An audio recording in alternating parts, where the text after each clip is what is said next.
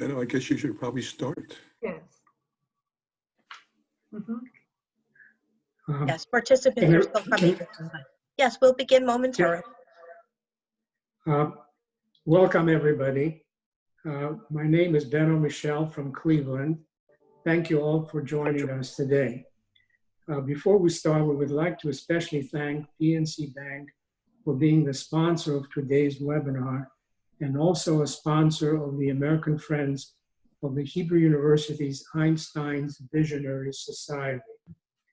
My wife Elaine and I have had a 50-year love affair with the Hebrew University and the American Friends of the Hebrew University. It has been a most rewarding experience.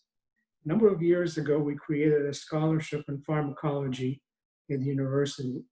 The first two recipients of our scholarship were a young Israeli man. The third recipient was a young lady. We were delighted to have both men and women receive our scholarship. However, when we looked at the name of the recipient, the third recipient, we realized that she was a young Arab Israeli. We had the opportunity to have lunch with her at the Board of Governors meeting in Jerusalem. She was absolutely delightful. I was fortunate enough to have survived the Second World War in Romania. It was thrilling for us to know that a Holocaust survivor could make life better for a young Israeli Arab lady without discrimination. I cannot tell you what that meant to my wife and myself. Now to the program. I'm delighted to introduce Professor Shai Arkin to make a few comments about the university. I have had the good fortune of knowing Shai for many years. He's not only a brilliant scientist, but he's also a brilliant ambassador for the university. Shai holds the Arthur Lejeune Professor of Structural Biochemistry at the Hebrew University. He is the former Vice President of Research and Development. He heads a team of research investigating the structural biology of membrane proteins and human pathogens, essential elements of the virus. His research has shed new light on the inner workings of the flu virus, and in particular, how the virus avoids antiviral therapy. He engages in multidisciplinary research, including biology, chemistry, physics, and medicine. He's a graduate of the Hebrew University and has a PhD in cell biology from Yale. He is a recipient of numerous awards. I'm delighted to have you meet Shai Arkin. Thank you very much, Benno. I assume everyone can hear me. Excellent. So what I'd like to do right now is to share my presentation with you. Let's see, share. Okay, so in the short time that I have, I'd like to share a few of the exciting results that are taking place, a few of the interesting research stories that are taking place currently at the Hebrew University. And it's quite amazing that while the Hebrew University is a multifaceted research organization, so many people have basically decided to pitch in and to utilize their own particular skill set in order to try to curb this dreadful pandemic. Now, I think the first thing that you might ask yourself is, why Israel? Because there's so many countries in the world that are suffering from this dreadful pandemic. In fact, it's difficult to think of a place that is not. So what I wanted to show is this very, very simple statistical chart, which was true for about a week ago. And this is the death per 100,000 people population. So you can see Belgium is not doing particularly well, and you can see several other countries there. And just to pinpoint where is Israel located, Israel is located about here. So I'm not saying that it is solely the work of the Hebrew University and the wonderful physicians and researchers that have emanated from that university, but at least I think you'll be comforted to hear from a place that has handled this disease far better than many other countries around the world. So what are we doing at the Hebrew University? So we're actually doing so much that it will be easier for me to describe what we're not doing at the Hebrew University. So I'm just going to go through this really quickly. So I'm going to say a word or two about diagnostics and genetics, a word or two about model systems to develop antiviral drugs. I'm not going to say all the work that we're doing in order to increase the capacity of our immune system to combat this disease. And what's important to realize that sometimes our immune system runs amok. So we have to encourage our immune system, but to curb it, to make sure that the only thing that it's doing is fighting the drug. We need to ensure that the viral infection does not destroy our tissues, and there are several approaches to doing that. And we might even think about applying brand new materials in order to ensure that the pathogen is neutralized, surfaces of which the virus cannot adhere to, other sort of fabrics that we can breathe easily through, etc. Our geneticists and epidemiologists and public health workers are trying to scan and to realize, are there particular populations that are more susceptible other than the obvious elderly, etc.? Because after all, not every person amongst that population is susceptible. And we have heard of many people that are not of old age that have succumbed to this disease. So is there anything unique about them? And finally, and last but not least, the social and societal implications of COVID-19 are unbelievable. Just think about the fact that a few weeks ago, something like 40 to 50% of the entire population in the state of Israel, and probably the same for other countries around the world, was not working. And if you don't work, where does the income come from, etc.? So this leads to tremendous economic problems. But what I want to focus on, first of all, is detection. And to tell you a bit about the work that we're doing. So first of all, a bit of bad news. So I don't know if you realize this, but initially there were some brilliant luminaries, and I say this somewhat cynically, like the Prime Minister of the UK, that said, well, what we're going to do is we're going to tough this out, and we're going to build herd immunity, and that's going to enable us to overcome this viral disease. Well, do you know how many people were exposed to this disease around the world? About 2 to 3%. Okay, so social distancing works remarkably well.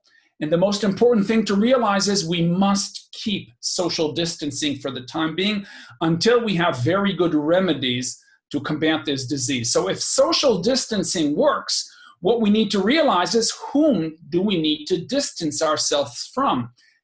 And here comes the element of detection. And I'm going to show you 2-3 ways in which the Hebrew University is trying to detect this virus. And one of the most amazing ones is research that's taking place at the Faculty of Agriculture by Professor Mashaniv. And what she spearheaded with a large number of colleagues, mostly from the European Union, is a global consortia that's trying to show the impact of this virus on our chemosensory system.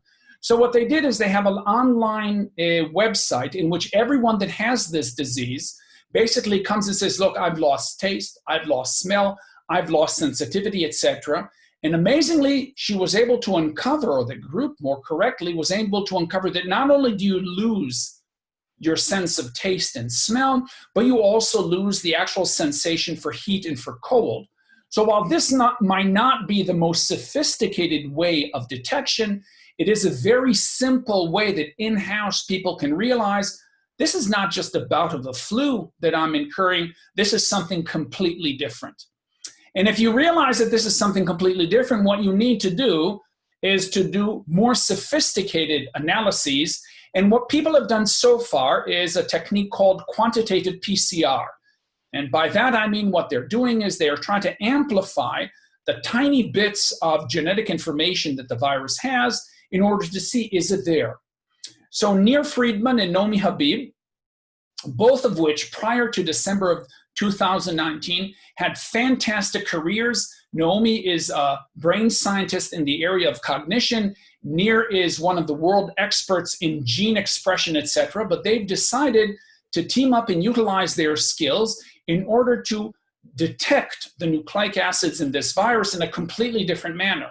So the reason that I'm showing magnets is that that's how they can actually separate the viral genome from everything else and to amplify it far better and in a far more industrialized fashion, and already in their lab, they can undertake several hundreds of thousands of these analyses per day. I repeat, hundreds of thousands, okay? And not only do they get an answer, do you or do you not have a virus, but they actually sequence the entire thing, so they can even tell you, not only do you have the etiological agent of COVID-19, but you have a variant, etc. So this is very, very exciting. From the physical chemistry aspect, we have the head of our Nano Research Center, Uriel Levy, trying to make a chip that uses microfluidics that will detect if the tiny bits of the genomic information on the virus adheres to a surface. And he's using a nanophotonic chip for that. What does that mean in plain English? Well, it means that normally your CPUs and your computer are run by electricity. Uriel is planning a CPU that detects light. So what the one transistor sends to the other is not an electrical signal, but rather a photon, a light signal, which is far faster with the possibility of tremendous amplification. And Uriel already received a grant from the Israeli Innovation Authority, and prototypes of his detection methods are already en route. Okay, so let's assume that while the detection is a wonderful thing, okay, you've detected that someone does have the disease. What do you do then? Well, what you need to do is you need to figure out ways to provide drugs for that disease in order to mitigate its effect. So what we are doing in our medical school is trying to develop animal models that will succumb to COVID-19, to the same virus. And this is not trivial, because what you need to do is you need to adapt the animal in order for it to express the receptors that actually bind the virus. And work by Lior Nissim and Yuval Dor is doing remarkable strides in order to provide mouse models in which we can experiment new drugs with, etc. And one of the most exciting new drugs, believe it or not, comes from one of our pioneers in nanomedicine. This is Professor Chezi Barenholz. Chezi is not a pioneer, not only a pioneer of nanomedicine. In fact, his drug, Doxil, for the treatment of ovarian cancer was the first nanomedicine ever approved. What he's doing here is he's taken a topical antibiotic and made a new formulation that you can actually ingest. Now you would say, wait a minute, what does antibiotics have to do with a viral infection? Well, believe it or not, a large number of people that are actually incurring COVID-19 are dying because of sort of predatory bacteria that are living there at the same time. And while your immune system is weakened, the bacteria are actually jumping and enjoying the feast. And what Chezi was able to do is to develop an incredibly strong new antibiotic in order to curb those bacteria. Now, yours truly is also working on this. In fact, I've been working on COVID-19 since day one. And you would say, why are you so quick? Well, actually, I've worked on its cousin, SARS, since 2003. I think you need to realize that the SARS epidemic in 2003 was incredibly similar to the current virus. In fact, both viruses are about 80% identical. And what we're trying to do is to capitalize on a particular vulnerability that we've identified in this virus, which is called an ion channel. It's a protein in the virus that enables it to regulate its salinity. And what we are doing is we are testing every chemical that was approved for human use. So you don't need to worry about toxicology. Someone else has already done that for you. And to see, are by any chance any one of those chemicals applicable to curbing COVID-19? And I'm happy to say that we found a handful. So this is quite exciting. And we're in the final steps of sort of commercializing this, patenting, etc. And if all else fails, we turn to one of the most exciting virologists that the Hebrew University's hired in the last several years, and this is Alex Rovinsky. And what he has been one of the world experts in is convalescent therapy. Convalescent therapy, while that name might sound very sophisticated, in fact, it's familiar to many of you. That's precisely what you get, for example, when you get bitten by a snake, or any sort of venomous creature. What you're given are antibodies from an animal that has already endured that. So what convalescent therapy means is we are actually taking blood from people that have overcome this disease, extracting the antibodies that that fortunate individual has already developed. And in fact, not just the antibodies, but the cells that are developing that antibodies. And those antibodies can actually be used to inject into people that are currently suffering from this disease as a last-term resort. So again, this is just a small spectra of the work that's taking place at the Hebrew University, but I hope it gives you a taste of the tremendous efforts and enthusiasm that all of us have in order to basically combat this worldwide pandemic. And with that, I will hand over the baton to the next speaker. Well, thank you very much, Shai. That was, as always, spectacular. And we're very fortunate to have Dr. Arkin with us. And I'm happy to be here with my good friend, Dr. Michelle.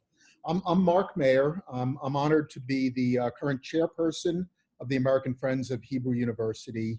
And it's my pleasure to introduce Neil Meyerberg, who will be speaking with us about planned giving and ways to use that for expressing your philanthropic interests with the Hebrew University. Neil is an attorney, and he's the principal at Meyerberg Philanthropic Advisors. He has a long history in working with philanthropic giving and planning it in the most efficient, tax-efficient ways. We were partners together at the firm of Sanford Bernstein. Neil was also the head of planned giving at the UJA Federation of New York. I think very importantly, I mentioned that he's an attorney, but early in his career, he was an attorney with the IRS, focusing on estate and gift taxation.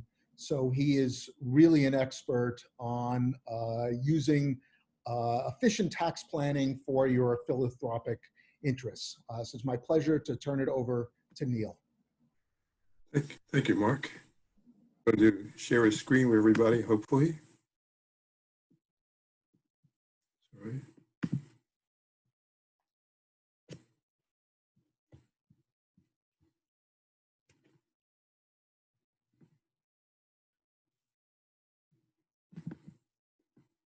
Oops, thought we had, sorry, everybody.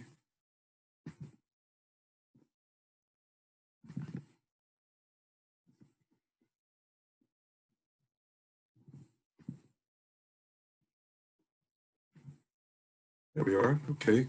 Welcome, everyone. I'm happy to be with you. And I thought that presentation for Shai was extraordinary. And I know Hebrew University is dear to many of you and doing some extraordinary work. You can see the title of this presentation, specifically about income in difficult times. The COVID scenario has been very difficult for many of us, particularly because of health concerns, but for others, difficult because of economic concerns and tax concerns. And so what I'm going to present today is some information about kinds of vehicles you can use in partnership with the American Friends of the Hebrew University that can enable you to deal with the issue of income. And I bring this attention to you because, as we know, the Fed has suggested that it won't be until 2022 that we may have any movement off this near zero interest rate scenario.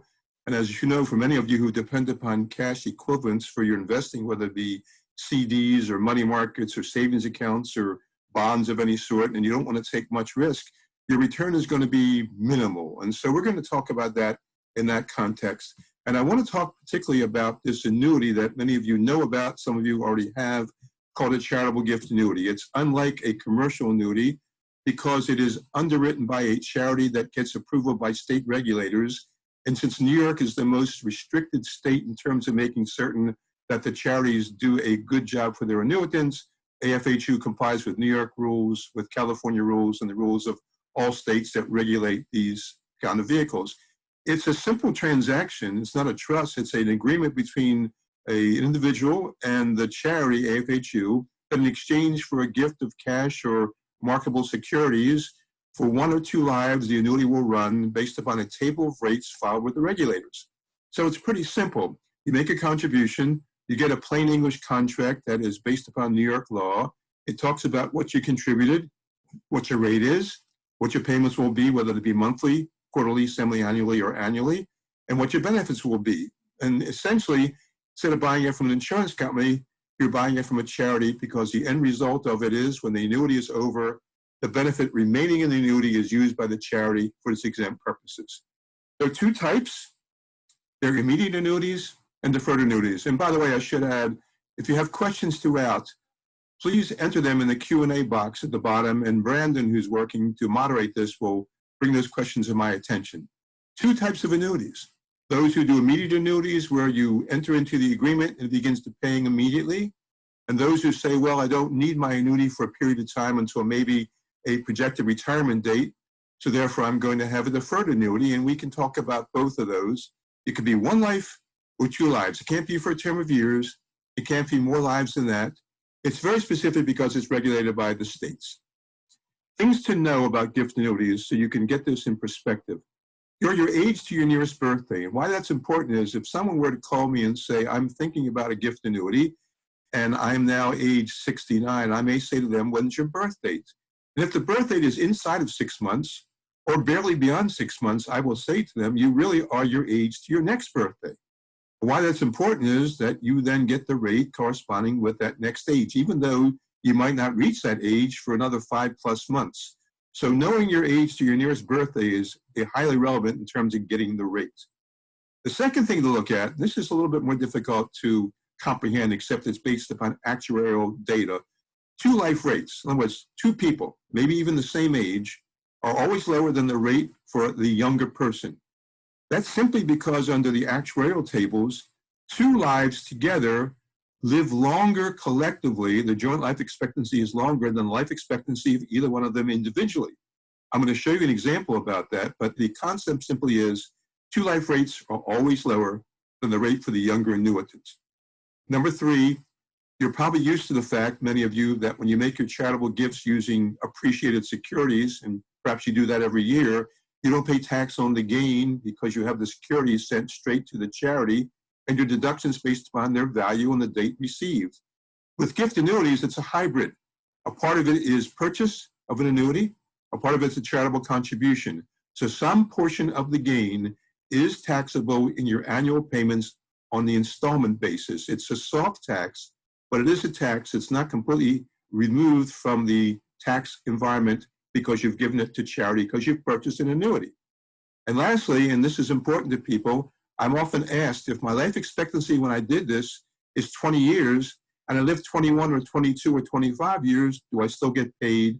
It continues to be paid during lifetime. The table is based upon averages. Some people live shorter, some people live longer than life expectancy tables.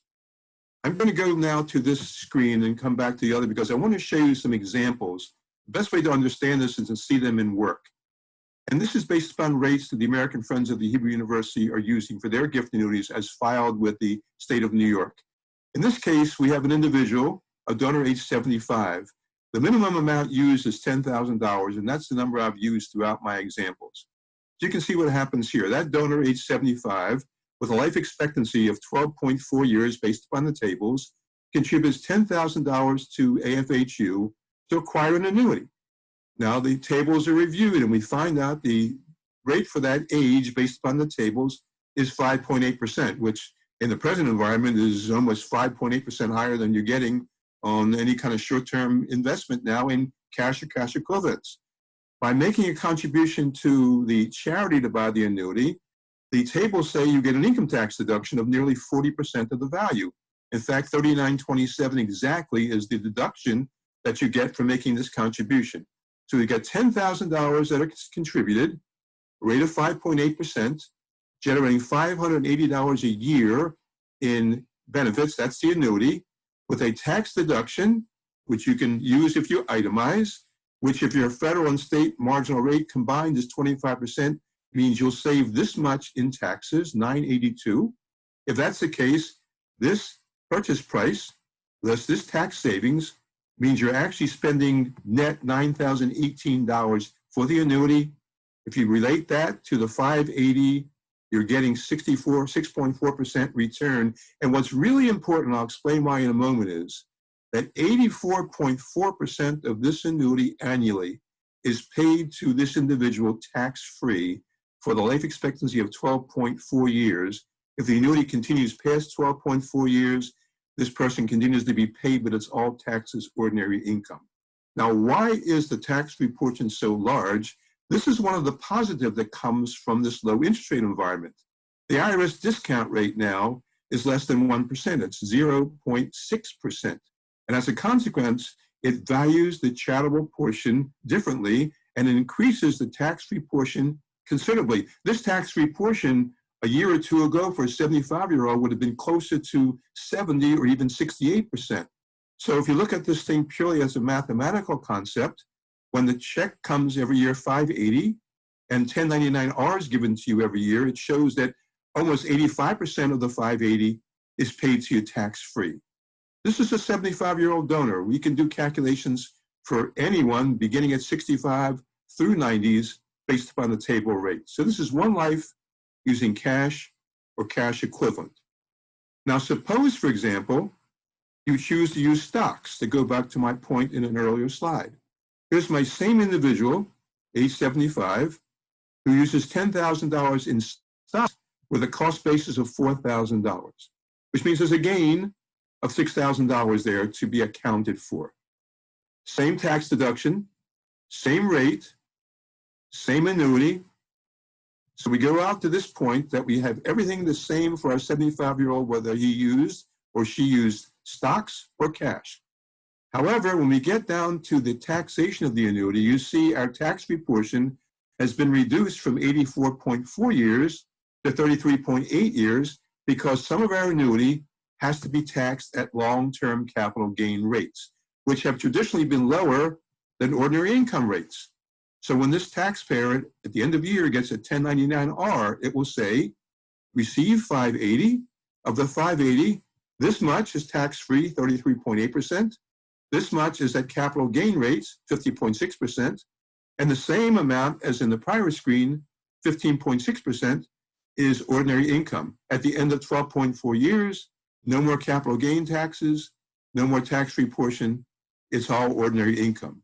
I show you this because I want you to see what it's like to use stock. And having said this, does that suggest that people don't use appreciated securities to do gift annuities? Well, it's not the case. People do that because even though there's some capital gain to pay, it isn't on the full gain. And number two, it's in installments. So people pay this gain over a period of time, which softens the tax burden. The important thing is here in these first two screens that the 75-year-old is getting a fixed rate in an environment right now where fixed rate income is so low, getting it for life without variation or lives, but in this case, a single life, getting a tax deduction with, if he or she itemizes, can be used on the return filed for the year of the transaction, and getting a substantial amount, particularly if it's using cash, that's paid back tax-free. So example number two, the same 75-year-old, and by the way, the 75-year-old, whether it be male or female, it's gender neutral for purposes of this calculation. The tables are gender neutral, so no matter what the gender is, this is the result you get at age 75. And again, it could be $10,000, it could be $50,000. People do these at various levels. It really serves for people as a way of protecting against income and returns of investments. It's important to notice that because if you think about the people who find this most desirable, usually older, but not older, probably closer to retirement, if retirement really means a particular age, usually trying to preserve capital, where it's important, and usually looking for, as the title of this seminar provides, looking for predictable income in times now which are challenging to get predictable income at substantial rates. Two lives I show you just to give you an illustration. Here I've got donors ages 82 and 80. Same $10,000, and they want to make a contribution to get a gift annuity through both their lives. Neil, I have a question. Yes, Brandon. So somebody is asking, what are the risks of this CGA, and does it make sense for someone who takes a standard deduction? Well, the risks are dealt with by rules of New York, and they're very favorable to annuitants. New York and California both require that there be a segregated gift annuity reserve account, much like an insurance company would have to create. And that account has to be reviewed and has to be funded with all the risk required to pay all the annuities as if the charity ended business tomorrow. And in addition to that, New York requires a 26.5% surplus over and above that amount to protect against market movement. Those funds are held by a trustee, PNC Bank in this instance. They're administered by the trustee. The return information and the 1099-Rs are coming from that trustee. The charity is the obligating party for the annuities, and all the assets of the charity are available for that annuity payment. But the reserve account is always adequate based upon New York rules, because New York says every year it's got to be reviewed and reported to us to be certain it's sufficient. The question about the standard deduction is the more interesting question, and that is, if you don't itemize, whether you make a charitable gift outright or with this, you're looking at this principally on the basis of the return and the tax-free portion. If the return and tax-free portion are desirable, then the tax deduction would not be relevant anyway.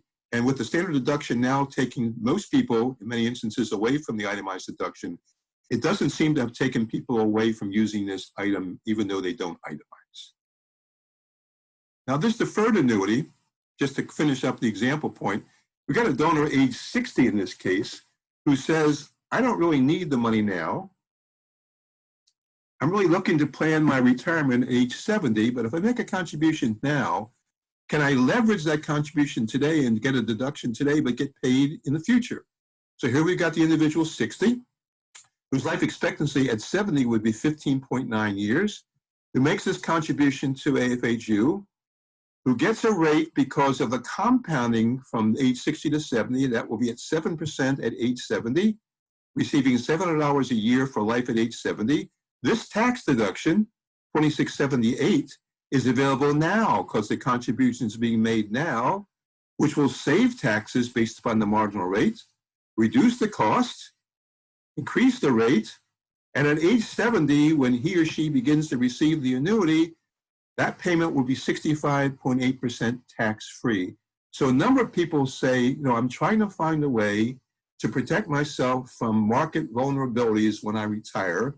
I need to have some assured income, or some older individual might want to do this for a child age 60, 65, and want to assure income for that person. But this way, you know that at a certain date, this is like having a lifetime CD, a lifetime bond that doesn't vary, that's secured, that's protected by state law, and gives you a rate you can count on. So for a deferred annuity, for some people, this can be very desirable, even if they don't itemize deductions. This is the generic piece about charitable gift annuities. It gives you an opportunity to see how they work. There are hybrids of these. For example, you can create a deferred gift annuity, and you can have a schedule put upon it which says, I intend to retire at age 70, but I might not. I might not retire till 75. I need the money to 80. You can create a schedule based upon New York law that says any year after 70, we can determine what that rate will be and how much you will be paid. And when you get right before 70, if you choose to have a different date, you can elect it then and get higher payments by taking a longer deferral. The second thing is you can always do this with other kinds of property, but to do it with property that is not liquid and marketable becomes challenging for the charity, but it's worthy of a discussion. Hey, Neil, we have a few more questions. Okay, Brandon. So are there annuities that protect against inflation? That's the first one. All right, well, these don't have any adjustment features. So therefore, if you're looking for an investment that adjusts for inflation, there are some inflation indexed vehicles, but this is not one. Here you're betting on the long term that this rate of return will be sufficient, even with some inflation erosion, that you'll have these payments for lifetime. There is no way under the annuity rule, gift annuity rules, to peg it to inflation. Okay, the next question is, are you able to donate cash or stock from a retirement account? Well, that's an interesting question. The answer is yes, you can. The answer is also perhaps you shouldn't. You're always able to take your RMDs or any kind of withdrawal from an IRA or a qualified plan beginning at age 59 and a half, but in this case, you really want to wait till 72. But when the money comes out, as you know, it comes out as taxable income. So therefore, you're using money that you have to pay tax on, but you can still acquire an annuity. The tax component, though, reduces your effective return. One might be thinking about what we call qualified charitable distributions, QCDs, from IRAs. The rule about that is that if you take money from an IRA in particular, and send that money to charity in any particular year, those withdrawals from the IRA are tax-free as long as they're used for the charity and not used to buy a vehicle that produces income. So those things, what we call the IRA charity rollover, don't apply to using those funds to buy a gift annuity. Nevertheless, it's always worthwhile to do a calculation to see whether, even though you're taking money out of an IRA or a 401k that you have to take out, would that be valuable still to use this new cash reserve to buy a gift annuity? Because otherwise, perhaps you'd be using that money to buy a certificate of deposit or a money market. So something to be contemplating. Of course, you all know that in 2020 and 2020, you're not obliged to take your RMDs, and I'm sure most people are going to use those dollars in this year to let them compound as we get into 2021. Other questions, Brandon? Yeah, I have 3 more, if that's okay. Yeah, let's try. So can you donate real estate, and how would it work? You can donate real estate, and it is tricky because the liquidity becomes the issue, and it's a challenge to create a gift annuity without the liquidity because the charity is obliged to fund the reserve, but it won't have any assets to fund the reserve with. So I'm about to get into this presentation to show you how real estate is better used in a charitable remainder uni trust. Okay, a few more are coming in, so I'll do one more and then we can save the rest for a little bit. Can the gift to the institution be restricted, for example, to endow a chair? Well, it's an interesting question, and that's not one I can easily answer.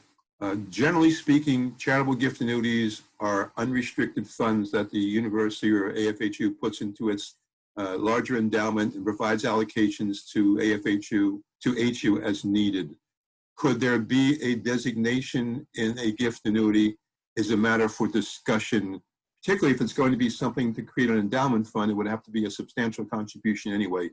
I'm not answering the question directly, I'm sorry. It's really a matter by matter, case by case scenario to discuss with AFHU and the fundraiser you're speaking with. Let me go forward, Brandon, and you can catch up with me if we need to. I want to talk about 2 kinds of trusts that are really useful now and that also involve income and payments that will be tax sensitive. In this case, you'll find this interesting. The Charitable Remainder Trust, CRT, this is one example of it, is an irrevocable trust created usually during someone's lifetime, principally to receive a contribution of appreciated property because of capital gain purposes. And I'll show you by this illustration. It differs from a gift annuity in that it's not an agreement directly with the charity where the charity is obliged to pay based upon the contract between you and the charity. It's a contribution made to a separate trust. You could be your own trustee. You have a professional trustee, could be one of your professional advisors, could be a family member. The trustee could also be AFHU, depends upon how you want to develop the relationship because the fiduciary becomes very important in a charitable remainder trust. In this case, the CRAT has a great deal of similarities, charitable remainder annuity trust, with a charitable gift annuity, but it's a separate trust. So here are the facts. Here's a donor who's 77. With a life expectancy of 11.1 years, who says, I have stocks in my portfolio worth $250,000, my individual portfolio, not my qualified plan money. My basis is $50,000, which means my inherent gain there, unrecognized, unrealized, is $200,000. My professional advisor, my broker has said to me, I want you to sell these securities to invest in something less volatile. But the donor says to the advisor, if I sell this and I have a $200,000 gain, by the time I pay the tax on that gain, I'll have significantly less money to invest and I'm going to get very little return anyway. So I'm better off just being vulnerable and staying with this. Well, there's an option, another option. And that is if she transferred these stocks to her new trust, called a Charitable Remainder Annuity Trust, the stocks go into that trust at no tax on the gain at contribution, which means those stocks can be sold in the trust, cash can be realized, new investment strategy is undertaken at no tax cost at the time of the contribution. In fact, as you can see here, there's an income tax charitable deduction for a portion of the $250 based upon the life expectancy of this donor. That deduction, when I calculated this for this presentation, is almost $133,000, an itemized deduction. Now, the fixed rate is very interesting because you would wonder, why is it only 5% for a donor age 77? And that is applicable to the IRS's new rules with regard to the discount rate and how low it may be. The rules are the Charitable Remainder Annuity Trust rate can never be less than 5%. And believe it or not, if someone were 76 or 75, he or she could not do a crack on the present interest rate environment because it would not be able to sustain a rate of 5% and pass the qualification test. A lot of words to tell you that it wouldn't be a qualified deductible trust. So we had to use a 77-year-old in this case with a rate at 5%, which is the base rate you can have in a charitable remainder trust to qualify. Just the nature of interest rates now, the nature of the investment markets. Nevertheless, trust gets $250,000, sells as the advisor wanted to make a different style of investment, pays out 5% a year for the life of this, $12,500 a year. The donor can deduct this much, $132,890 as a charitable deduction, which if he or she pays tax at this marginal rate will save this much in income taxes, assuming an itemizer, reduces the rate, and reduces the cost, and the effective annuity rate is increased. The difference between this also, in addition to the fact that the income tax on capital gain is not due at the inception, is we don't know with a charitable remainder trust how you're taxed every year.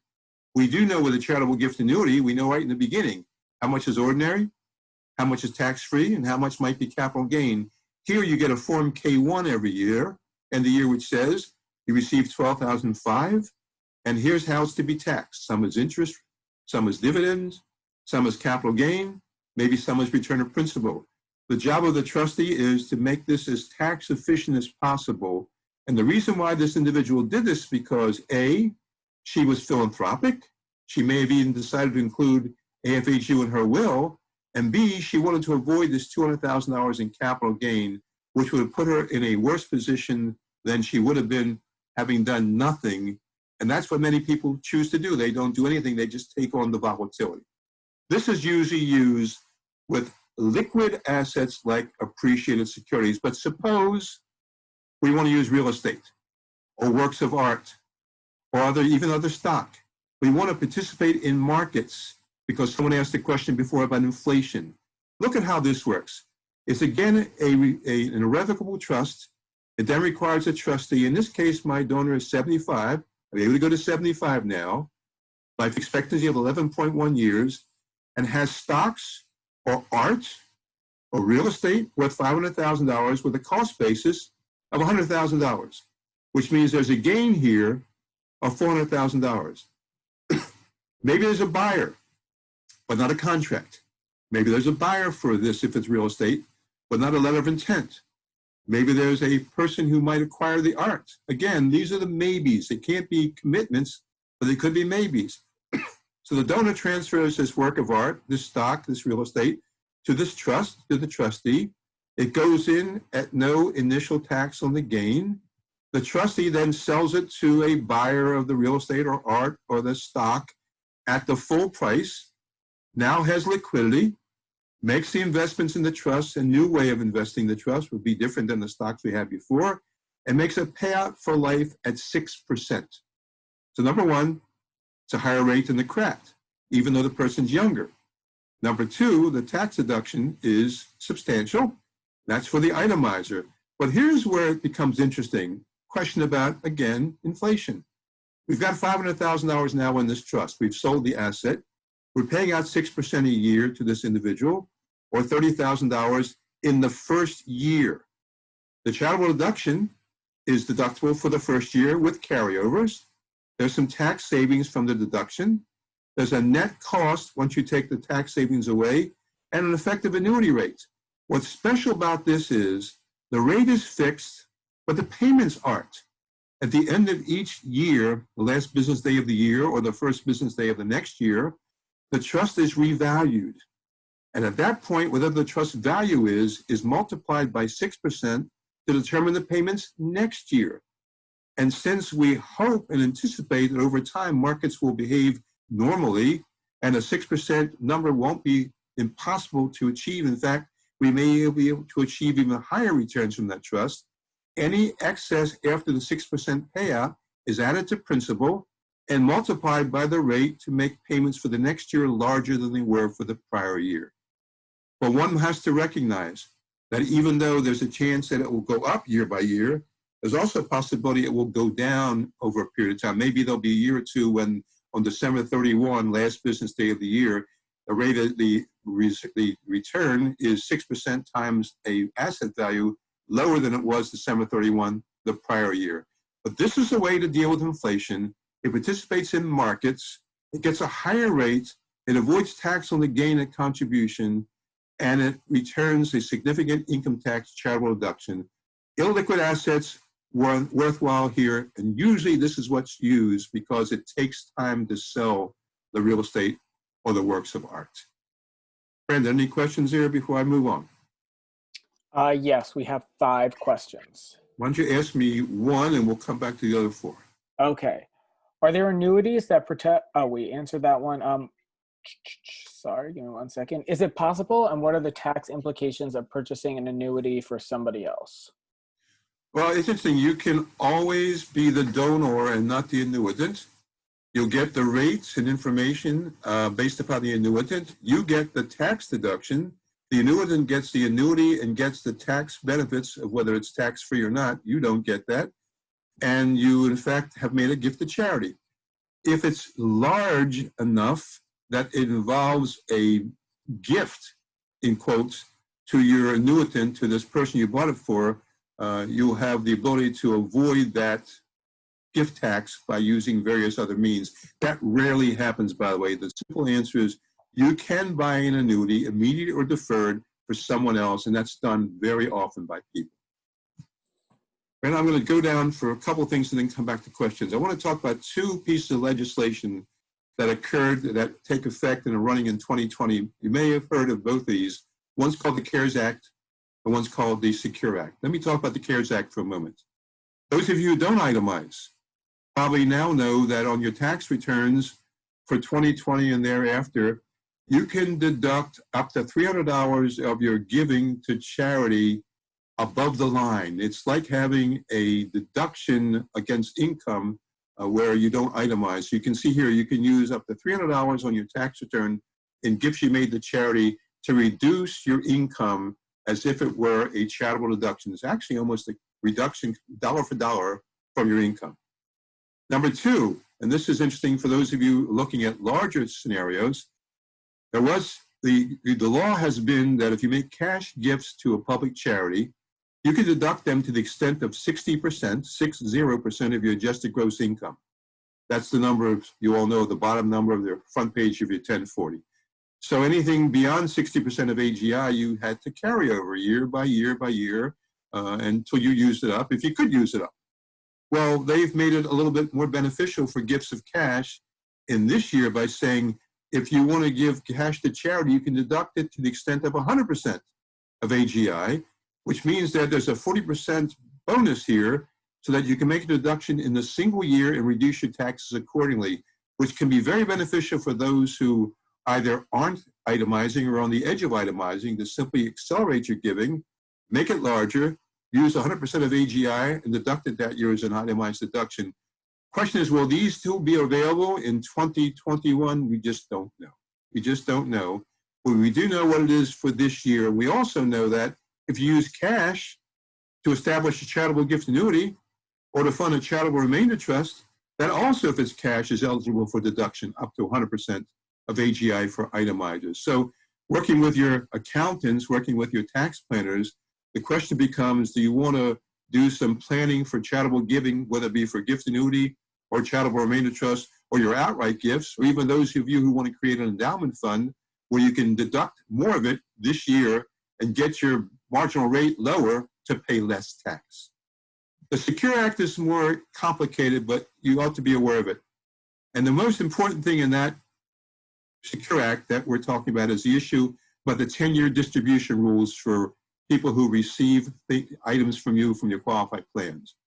There used to be a time, as most of you knew, if you had a survivor, a child or children, they would start receiving the inherited IRA and it would be payable to them under a formula that was based upon their life expectancy.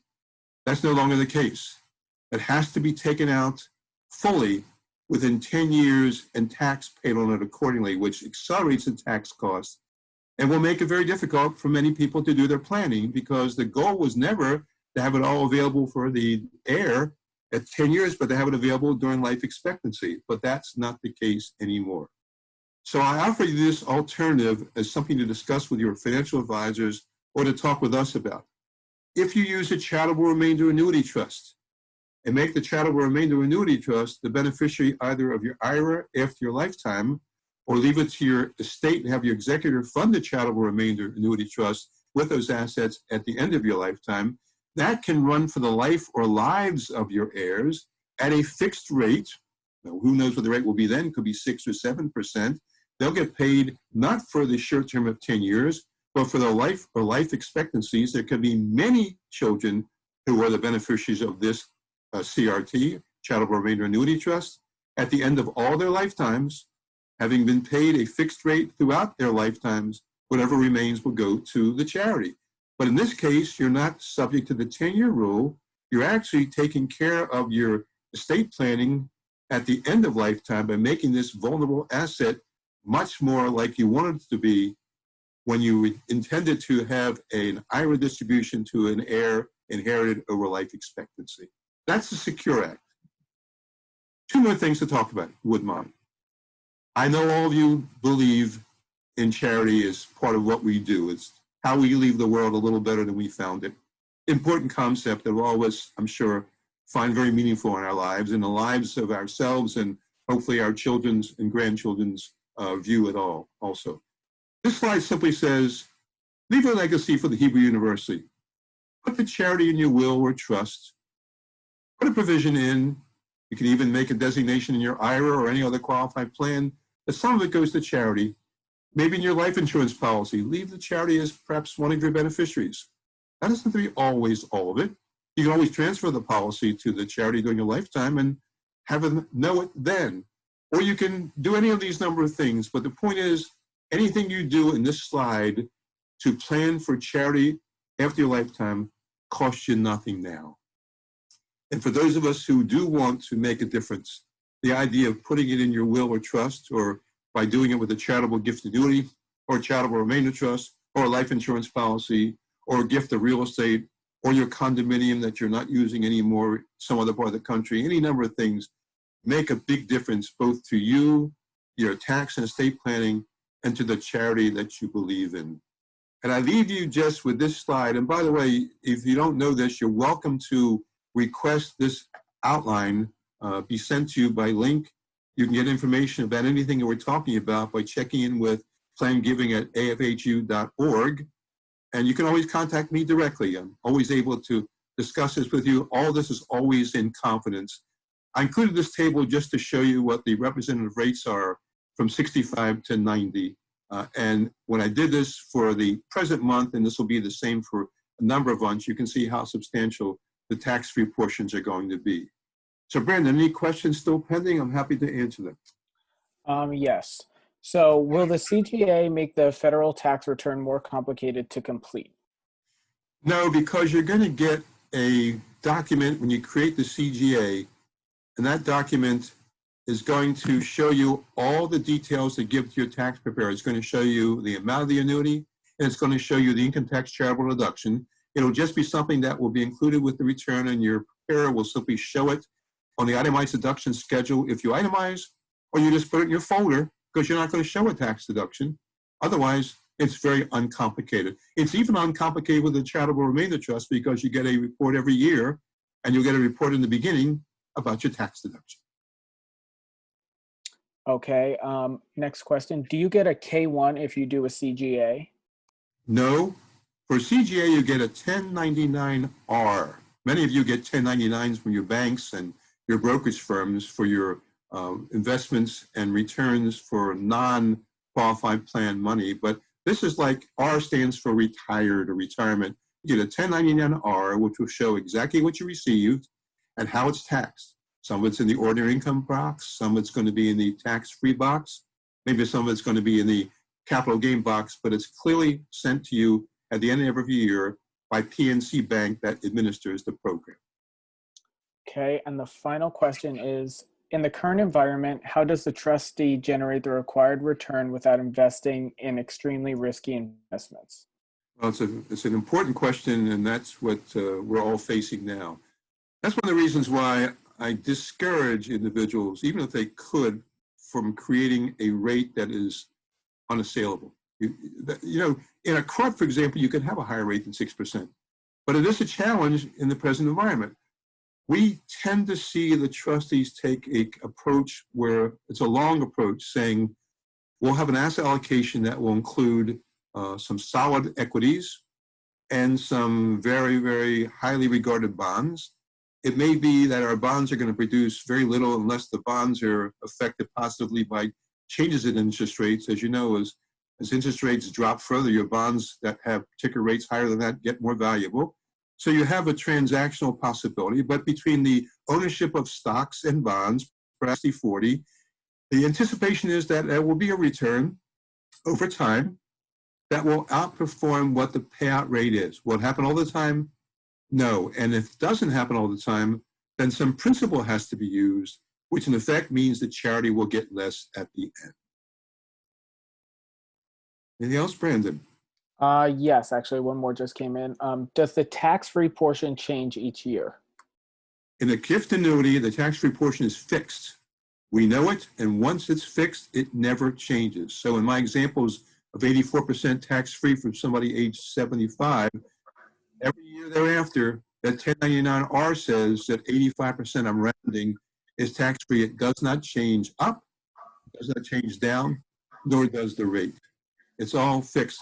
I invite any of you to send a note in asking for a calculation in confidence at no obligation to see how it's relevant to you. And oftentimes people do this because they want to see something really customized to what they're thinking about. Thank you all for being part of this. Hope you've enjoyed both parts of the presentation. I certainly enjoyed Shai's presentation terrifically. Hebrew University is doing amazing work. And American Friends of Hebrew University is doing amazing work as well. We are glad that you're supporters. I hope you will be. Have you join us in this plan giving effort to get predictable income in difficult times. Thank you very much. Well, I would like to take this opportunity to thank Shai for bringing us the exciting science from the university, Mark for your comments, and Neil for your excellent presentation of a rather complex topic, and all of you for joining us today. I hope you will take advantage of this opportunity. Your reward will not only be financial, but also the intellectual and emotional connection to the #1 university in Israel, the Hebrew University. Shalom. Shalom.